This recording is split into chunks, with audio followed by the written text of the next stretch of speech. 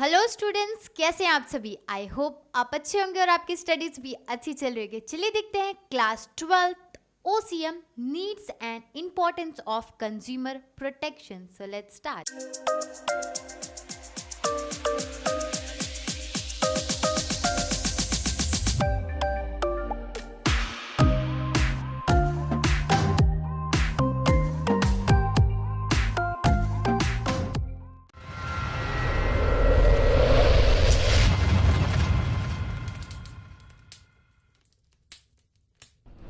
So students, ये हमारा question number 2 है। इसके पहले भी rights of consumer protection act ये वीडियो पहले से अपलोडेड है, तो सारे स्टूडेंट्स ये वीडियो भी जाके ज़रूर देखना, बहुत ज़्यादा इम्पॉर्टेंट है क्योंकि ये आपके जो 1 मंथ के बाद जो एग्ज़ाम है उसमें ये सारे क्वेश्चंस डेफिनेटली आएंगे। सो स्टूडेंट्स, ये क्वेश्चन कहाँ पे आएगा तो मैं फर्स्ट ये बता देती हूँ कि कौन से क्वेश्चन नंबर में ये क्वेश्चंस आपके पूछे जाएंगे। तो क्वेश्चन नंबर जो आपका 5 रहेंगे उसमें पूछे जाएंगे, और क्वेश्चन नंबर जो 7 है, अगर क्वेश्चन नंबर 5 में पूछा है तो आपको कम से कम 4 पॉइंट्स विथ मीनिंग लिखना है, और क्वेश्चन नंबर जब 7 में पूछा गया है तो कम से कम 7 पॉइंट्स और मीनिंग लिखना बहुत ज़्यादा ज़रूरी है। ठीक है स्टूडेंट्स, तो आप आई होप आपको क्वेश्चन कौन से क्वेश्चन में आएगा ये तो क्लियर हो गया होगा। ठीक है स्टूडेंट्स। सो स्टूडेंट्स, तो चलिए डिस्कस करते हैं मीनिंग। तो the word consumer is derive from Latin word. ठीक है, तो एक बात मैं पहले यहाँ पे ऐड ऑन करना चाहती हूँ कि ये जो वर्ड्स रेड में हाईलाइटेड है ये आपको नोट डाउन करना है। ठीक है, कि ये बहुत ज़्यादा इंपॉर्टेंट वर्ड्स हैं। ठीक है, कंज्यूमर ये जो वर्ड है ये कहाँ से डिराइव किया गया है, लैटिन वर्ड से डिराइव किया गया है। इसका मतलब क्या होता है, टू ईट और ड्रिंक। एक बार वापस रिपीट, कंज्यूमर ये वर्ड कहाँ से डिराइव किया गया है, लैटिन वर्ड से। इसका मतलब क्या होता है, टू ईट और ड्रिंक। ठीक है स्टूडेंट्स, नेक्स्ट क्या है, a consumer means any person who buys any goods and services. देखिए, कंज्यूमर का मतलब क्या होता है, एनी पर्सन, कोई भी इंसान जो गुड्स या फिर सर्विसेज बाय करता है। ठीक है, buys any goods and services. He may also the user of product. देखिए, जो प्रोडक्ट बाय किया है या फिर सर्विसेज बाय की हैं उसके यूजर भी होंगे वो। ठीक है, नेक्स्ट क्या है, कंज्यूमर मे और may not be the buyer. ज़रूरी नहीं है जो कंज्यूमर है वो बायर ऑफ प्रोडक्ट रहे। ठीक है, but he is the final user of the product. But consumer वही होते हैं जो प्रोडक्ट को फाइनली कंज्यूम करते हैं। इसी से देखो, कंज्यूम से आपको याद रखना है कंज्यूमर।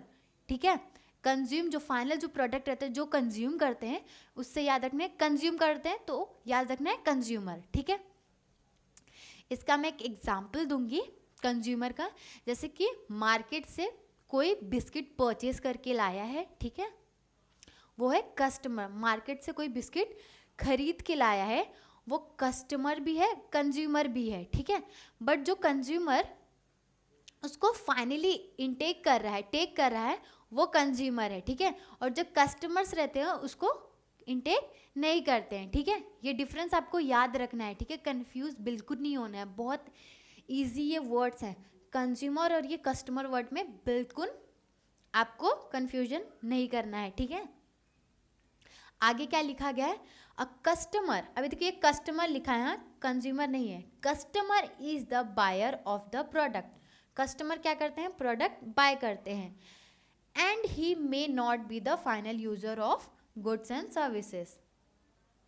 और जो कस्टमर्स हैं वो final user of goods and services नहीं रहते हैं। ठीक है, नेक्स्ट क्या लिखा है, इन इंडिया के अंदर ये जो कंज्यूमर प्रोटेक्शन एक्ट है ये इनिशिएट कब हुआ था, तो ये आपको याद रखना है 1986। ये आपके ऑब्जेक्टिव में क्वेश्चंस आते हैं। ठीक है, 15 March is celebrated as a world consumer day, ये भी आपके ऑब्जेक्टिव में आएगा। ठीक है स्टूडेंट्स, तो जो मैंने स्टार मार्क किए हैं तो उसको आपको नोट डाउन करना है। कौन से ईयर में कंज्यूमर प्रोटेक्शन आया था, तो 1986।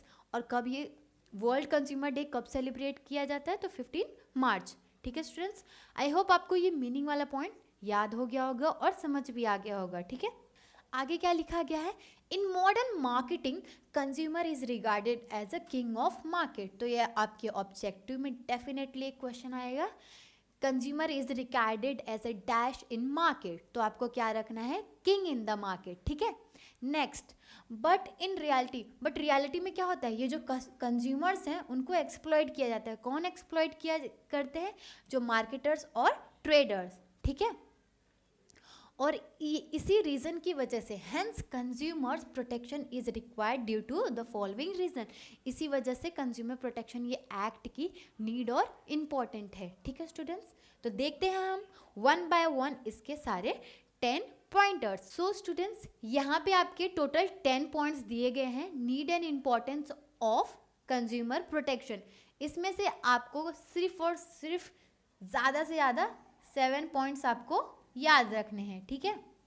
और आपको प्लस मीनिंग भी अच्छे से याद रखना है, और जितने मार्क्स का आपका क्वेश्चन रहेगा उस हिसाब से आपको पॉइंट्स लिखने हैं। मैक्स टू मैक्स सिर्फ और सिर्फ 7 पॉइंट्स आपको याद रखने हैं, ठीक है।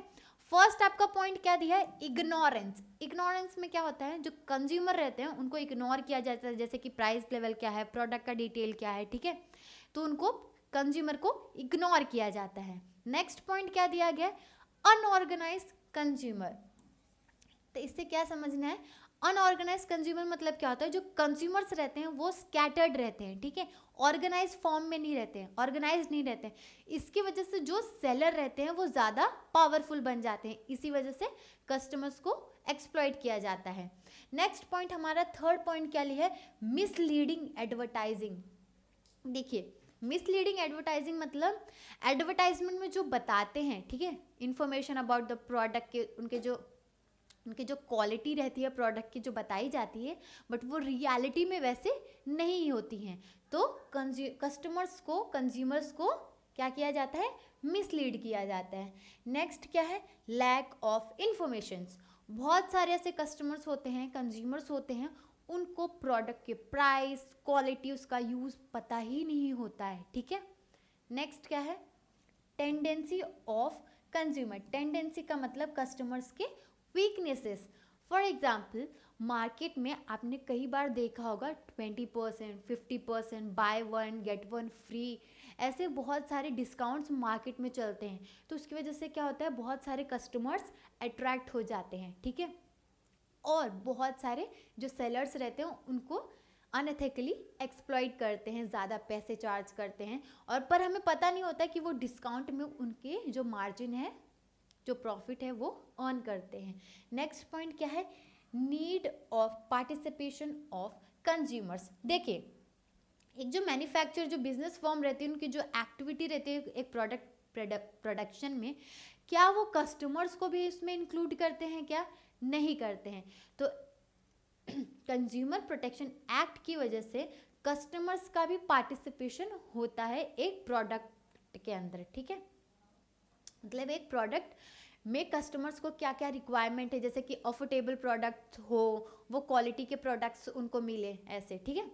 नेक्स्ट पॉइंट क्या है हमारा, एडुकेटिंग द कंज्यूमर्स। देखिए, कंज्यूमर प्रोटेक्शन एक्ट की वजह से क्या होता है, बहुत सारे कस्टमर्स अनअवेयर रहते हैं, ठीक है, तो उसकी वजह से उनको अवेयरनेस किया जाता है। नेक्स्ट क्या है, ट्रस्टीशिप। ट्रस्टीशिप मतलब क्या होता है, जो बिजनेसमैन्स रहते हैं उनको सोसाइटी के लिए भी कुछ कंट्रीब्यूट करना है, सोसाइटी के लिए भी कुछ अच्छा करना है, ठीक है, बेनिफिट्स ऑफ पीपल। नेक्स्ट क्या है, protection of environment. 9th point में ये बताया गया है कि जो मैन्युफैक्चर और बिजनेस फर्म रहती हैं उनकी वजह से क्या होता है, हमारे इन्वायरमेंट के ऊपर भी बैड इम्पैक्ट आता है। कैसे, इसका एग्जांपल बताऊंगी। जैसे कि कुछ प्लास्टिक प्रोडक्ट्स रहते हैं तो क्या होते हैं, वो नॉन डिग्रेडेबल रहते हैं, वो अपने इन्वायरमेंट में हंड्रेड्स ऑफ ईयर्स, बहुत ज़्यादा टाइम तक रहते हैं, वो डिकम्पोज नहीं होते हैं, ठीक है। तो उसकी वजह से क्या होता है, हमारे इन्वायरमेंट पे उसका इम्पैक्ट आता है। नेक्स्ट हमारा पॉइंट क्या दिया गया, सबसे last point, resolving the customers complaints. तो कंज्यूमर प्रोटेक्शन एक्ट की वजह से बहुत सारे जो कस्टमर्स के कंप्लेंट्स है, जैसे कि उनको गारंटी या वारंटी दिया गया है, बट जब हम वहाँ पे जाते हैं सेलर के पास, वो हमें जो हमारा रिफंड है या फिर उसको एक्सचेंज करके वो हमें नहीं मिलता है, ठीक है। बट कंज्यूमर प्रोटेक्शन एक्ट के आने की वजह से हमारे जो प्रॉब्लम्स हैं उनको सॉल्व किया जाता है। ठीक है स्टूडेंट्स, आई होप आपको ये 10 पॉइंट्स अच्छे से समझ आ गए होंगे। बढ़ते हैं, इसको हम और डिटेल में देखते हैं। ठीक है, सो स्टूडेंट्स, ये हमारा फर्स्ट पॉइंट है, ignorance. Ignorance of consumer is the main cause of exploitation bye businesses. देखिए, कंज्यूमर को इग्नोर करना ये मेन रीजन है कस्टमर्स को एक्सप्लॉइट करने का। ठीक है, बाय अ बिजनेस। किस बारे में उनको इग्नोर किया जाता है? इग्नोर्ड अबाउट उनके राइट्स के बारे में, मार्केट कंडीशन के बारे में, प्राइस लेवल के बारे में और प्रोडक्ट के डिटेल। ठीक है, customers in India are mostly ignore about their rights, market condition, price level and product detail। ठीक है, और इसकी वजह से जो बिजनेसमैन रहते हैं वो माल प्रैक्टिस करते हैं। इसी वजह से कंज्यूमर प्रोटेक्शन एक्ट आया है कंज्यूमर को प्रोटेक्ट करने के लिए। ठीक है, सो हमारा सेकेंड पॉइंट है unorganised consumer. Consumers are widely scattered and they are not organised. जो कंज्यूमर्स हैं वो ऑर्गेनाइज नहीं है। और ऑन दूसरे साइड क्या है, जो सेलर्स हैं, सेलर्स जो है वो अच्छे पोजीशन है कंपेयर टू कंज्यूमर, और इसी वजह से जो सेलर्स हैं वो कंपैरेटिवली कंज्यूमर से ज़्यादा पावरफुल हैं। ठीक है, नेक्स्ट क्या है, consumer are under the influence of business. जो कंज्यूमर्स रहते हैं वो बिजनेसमैन्स के अंडर इन्फ्लुएंस रहते हैं। An individual consumer can not fight against the powerful seller. एक इंडिविजुअल, एक सिंगल कंज्यूमर फाइट नहीं कर सकता है पावरफुल सेलर के लिए। ठीक है, against.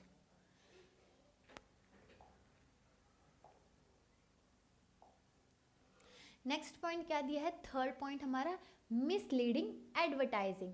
Many organizations give misleading information about the quality, safety, utility of the product। देखिए, बहुत सारी ऑर्गेनाइजेशन रहते हैं जो इन्फॉर्मेशन वो एडवर्टाइजिंग में बताती हैं वो मिसलीडिंग रहती हैं। ठीक है, जैसे कि क्वालिटी हो गया, प्रोडक्ट का क्या सेफ्टी है, यूटिलिटी ऑफ प्रोडक्ट के बारे में रॉन्ग बताती हैं। ठीक है, और आगे क्या है, consumers are misled by misleading advertisement and do not know the real quality of their advertised goods।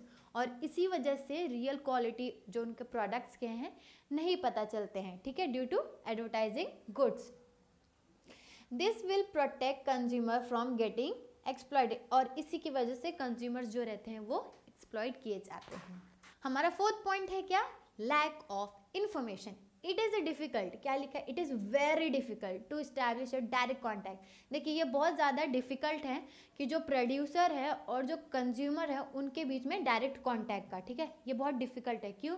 क्योंकि जो कंज्यूमर है वो डायनामिक और कॉम्प्लेक्स वर्ल्ड में है। ठीक है, आगे क्या है, no information about the quality, type and price and other marketing facility.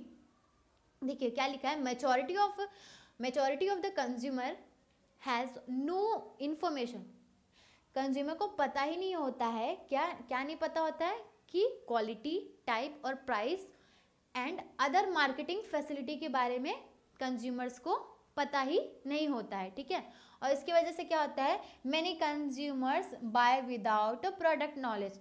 बहुत सारे कस्टमर्स रहते हैं उनको प्रोडक्ट के बारे में कुछ पता ही नहीं होता, फिर भी वो प्रोडक्ट खरीद लेते हैं, और इसकी वजह से क्या होता है, वो सफ़र करते हैं लॉसेस। ठीक है स्टूडेंट्स, ये क्या था, lack of information. Fifth point क्या है, टेंडेंसी ऑफ कंज्यूमर। टेंडेंसी मतलब कस्टमर्स के वीकनेसेस। क्या लिखा है यहाँ पे, a good number of consumer get attracted towards product which are offered at discount. देखिए, बहुत सारे कस्टमर्स अट्रैक्ट हो जाते हैं जब हमें 75%, 50%, बाय वन गेट वन, ऐसे जब इतने अच्छे डिस्काउंट्स दिखते हैं तो बहुत सारे कस्टमर्स अट्रैक्ट हो जाते हैं product. And supported by the various promotional scheme. बहुत सारे स्कीम्स की वजह से वो कस्टमर्स अट्रैक्ट हो जाते हैं। This weakness of a consumer leads to exploitation by unethical trader. इसकी वजह से क्या होता है, बहुत सारे जो ट्रेडर्स रहते हैं वो उन्हें एक्सप्लॉइट करते हैं। ठीक है, और इसी वजह से नीड है, therefore there is a need for a consumer protection. और किस लिए जरूरी है?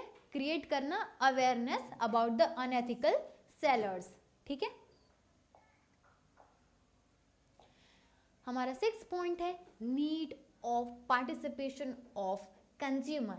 It is noted that the business organisation take decision which affect the consumers interest without consulting the consumer in their organisation. इसमें यह कहा गया है कि बहुत जितने भी बिजनेसेस है, बिजनेस ऑर्गेनाइजेशन है, वो डिसीजंस लेते हैं किसके बारे में? कंज्यूमर्स के, मतलब उनको कस्टमर्स को क्या चीज़ इफेक्ट हो रहा है, किस वजह से उनको क्या प्रॉब्लम्स आ रहे हैं प्रोडक्ट की वजह से, विदाउट, उनसे बिना पूछे कस्टमर्स का पार्टिसिपेशन नहीं होता है, बट बिजनेस ऑर्गेनाइजेशन डिसीजंस लेती है विदाउट कंसल्ट और उनसे विदाउट उनसे कंसल्टिंग। ठीक है, विदाउट किससे कंसल्टिंग? कंज्यूमर से। ठीक है, नेक्स्ट क्या है? Only a strong consumer organisation can pressurise business organisation to allow consumer participation in the decision making. देखिए इसमें क्या लिखा है, जो स्ट्रॉन्ग कंज्यूमर ऑर्गेनाइजेशन है वही जो बिजनेस ऑर्गेनाइजेशन है उनके ऊपर प्रेशर डाल सकते हैं कि जो आप डिसीजन मेकिंग जो प्रोसेस है उसमें कस्टमर्स का भी इन्वॉल्वमेंट करें, बट ये रियलिटी में होता नहीं है। ठीक है, नेक्स्ट हमारा पॉइंट क्या है? 7th point, educating the consumers. तो consumer protection movement aim to educating and informing the consumers about their rights. देखिए कंज्यूमर प्रोटेक्शन जो एक्ट है उसका मेन एम क्या है? एडुकेट करना और इन्फॉर्म करना कंज्यूमर्स को उनके राइट्स, जैसे right to choose, right to safety, right to heard, right to redressal, right to be informed, ये सारे क्या हैं? ये हमारे कंज्यूमर प्रोटेक्शन के राइट्स हैं जो हमने इसके पहले वाले वीडियो में बहुत सारे स्टूडेंट्स पढ़ के आए हैं। ठीक है, नेक्स्ट क्या है? The education of consumer relating to their rights make the consumer more responsible. देखिए हमें हमारे राइट्स के, हमारे हक के बारे में अगर पता है तो हम ज़्यादा रिस्पॉन्सिबल बन जाते हैं। ठीक है, फॉर एग्जाम्पल जैसे कि हमें पता है कि हमारे राइट्स पता है तो उससे क्या होता है, अगर हमसे कोई भी माल प्रैक्टिस है, हमारे समझ लीजिए हम कोई प्रोडक्ट परचेज किए, हमें एक्स्ट्रा प्राइस चार्ज कर रहे हैं, तो उनके ऊपर, ऐसे सेलर के ऊपर हम कंप्लेंट डाल सकते हैं। ठीक है स्टूडेंट्स, नेक्स्ट क्या है students? The consumer not only become aware of their rights but they also assist other especially in illiterate consumer to fight for their rights। देखिए बहुत सारे कस्टमर्स तो अवेयर हो जाते हैं बट उसकी वजह से क्या हमें फ़ायदा होता है? जो अवेयर्ड वाले कंज्यूमर्स हैं, जो अनलिटरेट हैं, उनको बताते हैं, हेल्प करते हैं कि आप कैसे फाइट कर सकते हैं आपके राइट्स के लिए। ठीक है स्टूडेंट्स, तो जैसे कि आप अभी यहाँ पे कंज्यूमर प्रोटेक्शंस के राइट्स पढ़े, इम्पोर्टेंस पढ़े, तो अब आपको पता है कि हमारे क्या राइट्स हैं, आप पढ़े हैं। और जो लोग इसके बारे में अवेयर नहीं है तो आपकी रिस्पॉन्सिबिलिटी बनती है कि उन्हें भी ये सब चीज़ें के बारे में आप अवेयर करें। ठीक है स्टूडेंट्स, ये जो हम पॉइंट्स पढ़ रहे हैं ना स्टूडेंट्स, ये आपके रियल लाइफ में काम आएगा, सिर्फ ये रट्टाफिकेशन के लिए नहीं है। ठीक है, बढ़ते हैं हमारे 8 पॉइंट पे। 8 पॉइंट क्या है? ट्रस्टशिप।